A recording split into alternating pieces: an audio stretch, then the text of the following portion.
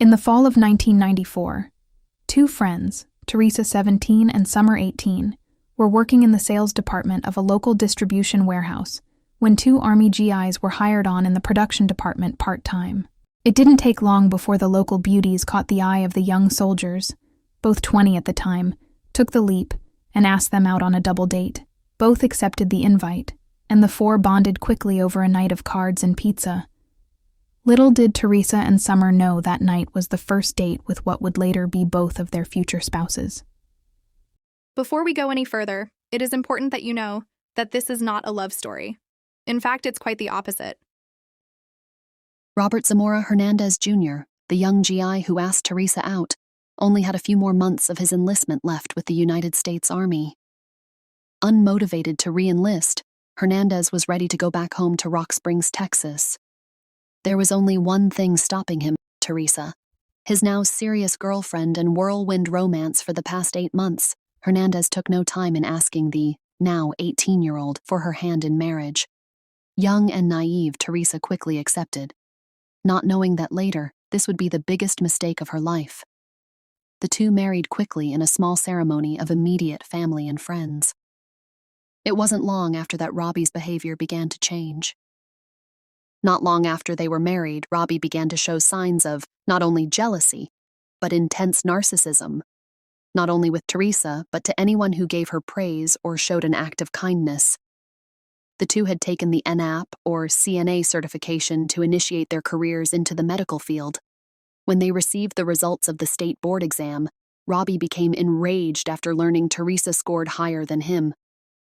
As if being a jealous, narcissistic husband wasn't bad enough, Robbie also had a secret he had been keeping. In February, just 2 months shy of their wedding, Robbie made a huge mistake. While at the Army barracks with a friend, he had become more than acquainted with a lonely, underaged girl who was now infatuated, obsessed really with him, and was threatening to tell his new wife about their encounters. It wasn't an affair, really. Robbie had cheated. Still, it was no excuse. One night, Teresa heard Robbie on the phone. He sounded stressed and upset. Concerned, Teresa picked up the line and heard something no married woman ever wants to hear. It was another female proclaiming her love, begging her husband to leave to come and be with her. Teresa knew her worth. He didn't have to leave her. She was going to leave him and file for divorce. But when Teresa tried to leave, Robbie became violent. He threatened her small dog and family. So she stayed. As for Tara, she heard about the violent encounters, yet still she tried everything she could in an attempt to fracture the marriage.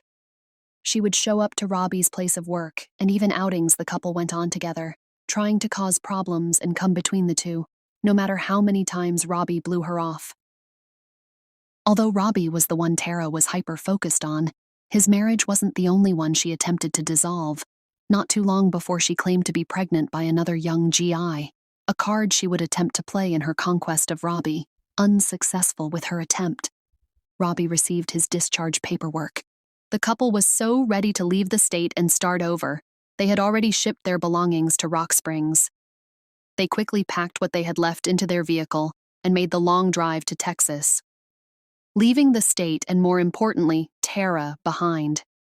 As Hernandez was discharged, they packed quickly and quietly, leaving in the middle of the night for fear that Tara would try to stop them. The couple made their way back to Robbie's home state of Texas. Camp Wood, to be exact, population 343. When Teresa agreed to move to Texas, she believed she was setting out on a big adventure. Upon arrival, she found herself in a desolate town. At the time, it only had 2 stop signs and a vacant shopping strip in need of major repair. Teresa began to doubt if the decision she made was the right one. The couple moved into a small one-room house. For those of you who have never experienced a rural aesthetic like Camp Wood, here are a few current 2 bedrooms.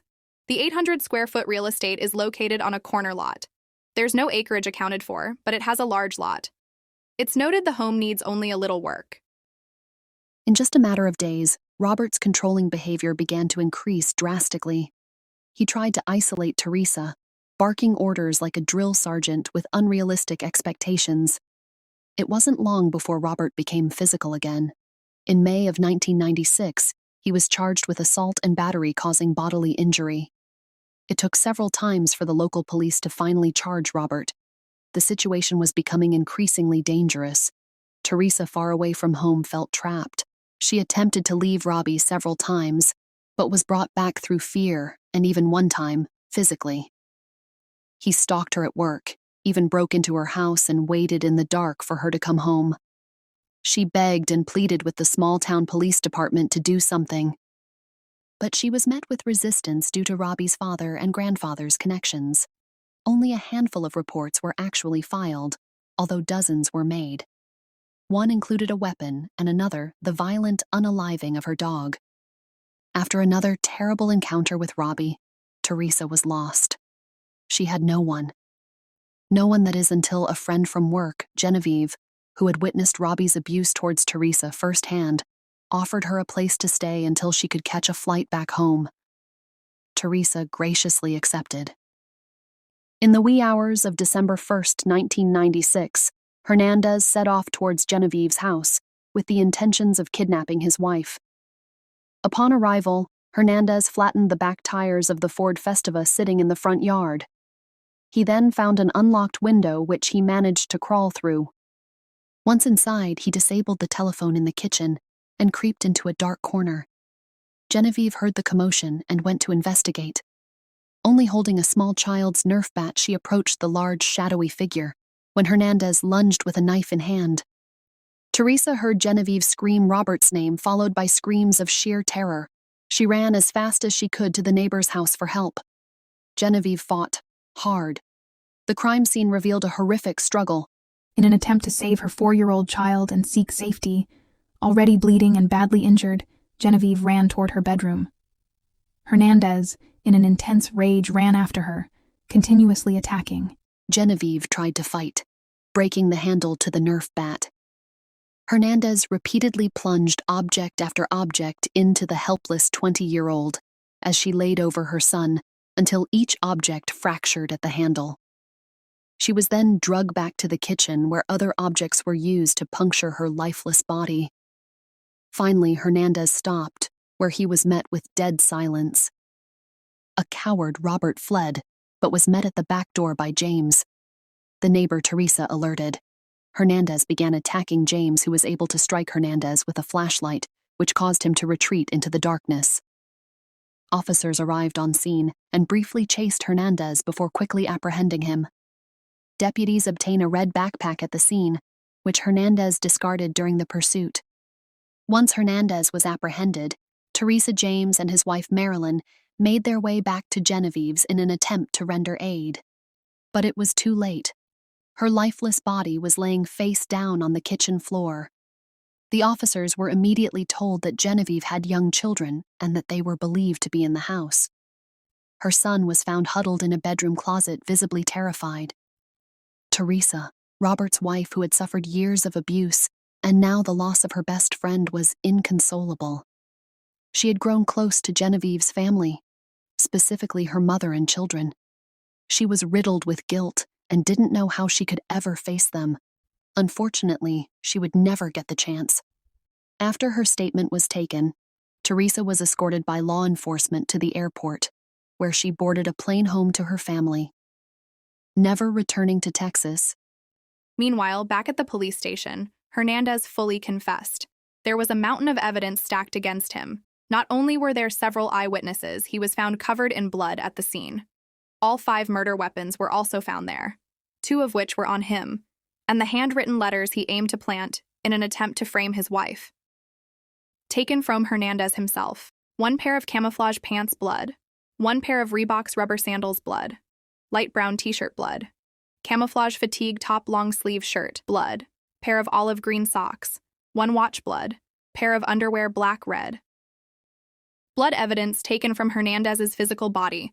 Blood stained from left hand thumb, blood stain from left palm, blood stain from top of left hand, blood stain right hand palm, blood stain from top of right hand. When fleeing from the scene, Robert Hernandez was seen discarding a red backpack. That backpack was recovered and the contents inside included 1 roll of masking tape, 1 handwritten note list, 1 6-page handwritten letter, 2 white envelopes, 2 black pens, 1-page handwritten note, 2 back braces, 1 black waist support, 1 white belt with Teresa's name on it, 1 roll of elastic bandages, 2 clear plastic it bags, 1 safety pin. Deputies found the various items to be consistent with a plan to kidnap a person and then items that could be used to restrain a person. The list Robert Hernandez wrote. Letters to GPC. Fuck her royally, restrain her, plant letters, stay until Jenny shows up, then leave no later than 6 o'clock. It was the opinion of the investigators that this note was the plan of action, which Robert Hernandez Jr. had developed in the process of planning the kidnapping and possible murder of Genevieve Finn. It is the opinion of the investigators that the roll of masking tape and other waist support items and restraining belt were to be used to restrain his wife, Teresa. The other letters found in the backpack also support the plan at which Robert Hernandez Jr. outlined, which stated plant letters. The first letter that Robert Hernandez Jr. had planned to plant at the scene, which was 1 page in length, read, "My friend, well, this is pretty hard, but it'll have to do. I still have those feelings for you, but I don't show them. That's really the hard part. Well, just want to say hi. Teresa." This next part is Robert Hernandez's handwritten letters he left behind at the scene. Please bear with me. They are extremely hard to decipher due to the grammar, spelling, punctuation, and just basic understanding. It didn't seem as though he was very educated. The 6-page letter found in the backpack actually consists of 1 2-page letter and 1 4-page letter. The first page of the 2-page section is addressed to Robert, and as follows. Robert, let me begin with. I don't know why, but I just did. I get, as you would say, a hard-on by making people miserable. I love this community. You were right, everyone is easy to get along with. That's the reason why I lied and pled you were a bad person. Also, the truth is I'm not ready to settle down. Paul will only because you look to him and Jenny. I don't want to be a nurse. It was just small talk with those two. Gullible dumbass. One, a woman with 2 kids, different fathers who is way too judgmental. The other, because he made everything easier for me to make you hurt. Just because you were too gullible, actually the biggest one of them all. I tell you more, but ask Jenny, she'll fill you in. Ha! I've left and will return when my rent is due to take my stuff. Have fun in jail even though you're actually innocent. Good luck. Explain this one. Always getting the better hand. XXX. Investigators believe Hernandez wrote this letter to himself, attempting to disguise it as Teresa had written it. Its intended purpose was to explain the absence of Teresa, while at the same time sway law enforcement to think that the pending charges against Robert were false. Robert was facing time after being charged for assault battery and assault and battery causing bodily injury. Blank. Time to be honest, I would have told you today, but it just didn't seem right. This is a chicken shit way to do this, but hey, it works. I have lied to you from day one. XXX never did anything wrong to me, except love me too much. Robert has been the perfect husband, and I just didn't want to be tied down. You and everyone else made it easy for me to make my exit and end this chapter of my life. I can't believe y'all bought my stories from day one. I was too easy. It blew my mind when you would believe me, an outsider to someone you've known all your life. Too easy. Paul, well, he has nothing I would ever want compared to what I had. Looks Robert wins, body Robert wins, and being trustworthy. Robert wins. Robert may have been miserable, but he would have never messed around on me. Everybody in this one-horse town made it easy because y'all are too gullible. The reason I ever mentioned Paul was because Robert looked up to him and you too. He wanted to be like you and Paul because he said you had on straight. You see, my pleasure is watching someone be miserable. But when Robert started to become a better aide than me, I hated it. Especially when I knew that once he took the med aid class he would pass, and I wouldn't. It's no big thing, but he is smarter than me. The other thing is for about 3 months on my day off when he was working, I slept with anyone, even his family, Jesse. I guess I screwed 9 different people and nobody did it right but Robert. I guess that's all I'm going to miss from this time, but shit happens. I've gone with Josh, and he is taking me to Georgia to be with my family until I find another sucker. He's a guy from Uvalde who I've been seeing regularly. I'll be back to get my stuff and make my quitting right, but I've sucked the life from this person, so my deed is done. I would have stayed, but now that he is going to jail, it's going to take the fun out of it. Thanks for making this easy. Ha. Ha. XXX. That was brutal to read. The narcissism behind those letters was nauseating. Robert Hernandez Jr. went there that night to kidnap his wife and murder. Genevieve wasn't supposed to be there that night. Sadly, that wouldn't have mattered. Like his letter said, he would have waited for her to come home. Had local law enforcement looked at the seriousness of the situation versus the longevity of personal relationships, maybe Hernandez would have been put away sooner. But even so, domestic violence laws are decades behind. They are now, and even more so, then. Robert Zamora Hernandez Jr. fully confessed to the unaliving of Genevieve Finn and the attempted kidnapping of his wife Teresa. He was convicted of first-degree premeditated and sentenced to life in prison. Genevieve Finn was a young mother, just days from her 21st birthday.